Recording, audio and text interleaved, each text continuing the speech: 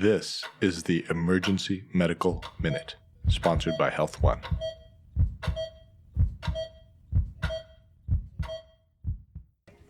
So, COVID has brought us many things, mostly bad, and we're going to keep on that bad theme, is the effect of COVID on substance use disorders. And what have you noticed with that?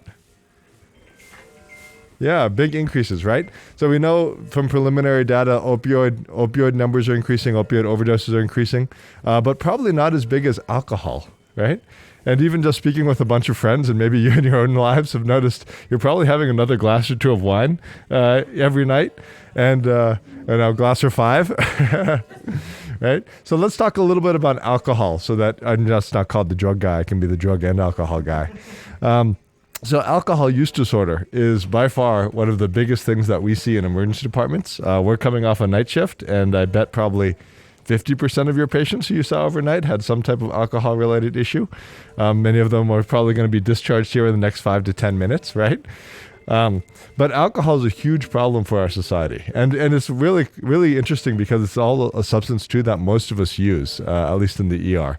Let's just talk a little bit about alcohol and the different emergencies associated with it. So I'm going to say a presentation, and I want you to kind of yell back at me the thing that you'd associate with alcohol. Okay? So if I say that someone presents and they are confused, what are the things that alcohol is kind of related with? DTs. So withdrawal withdrawal and intoxication both cause confusion. Encephalopathy. What type of encephalopathy? Hepatic encephalopathy is one of them. Yes, let's say that they don't have liver failure, or they don't have full-blown liver failure. This what? Pickle.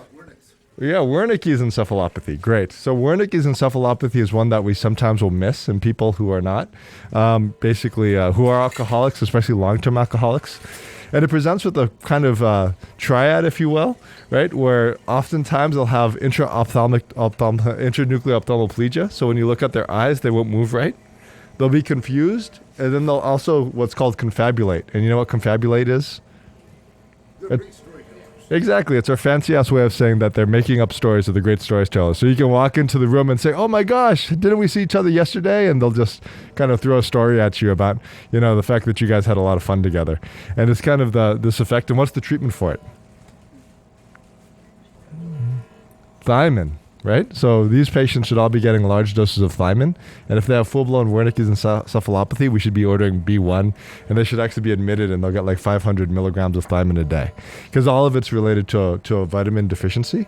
And with that, if you don't treat it aggressively up front, those patients actually end up having that long-term, and then it's called Korsakoff syndrome, where it's basically their brain is just kind of fried because of alcohol use and abuse. Okay, so let's go down. So we talked about the brain. The last thing I'd say with the brain is trauma, right? And we know that alcoholism is related to a lot of falls, and then people who are long-term drinkers have much smaller brains related to volume and the effects of alcohol, so they get many more subdurals. So trauma and alcohol is related there. How about for your heart? What things do you think about with your heart and alcohol?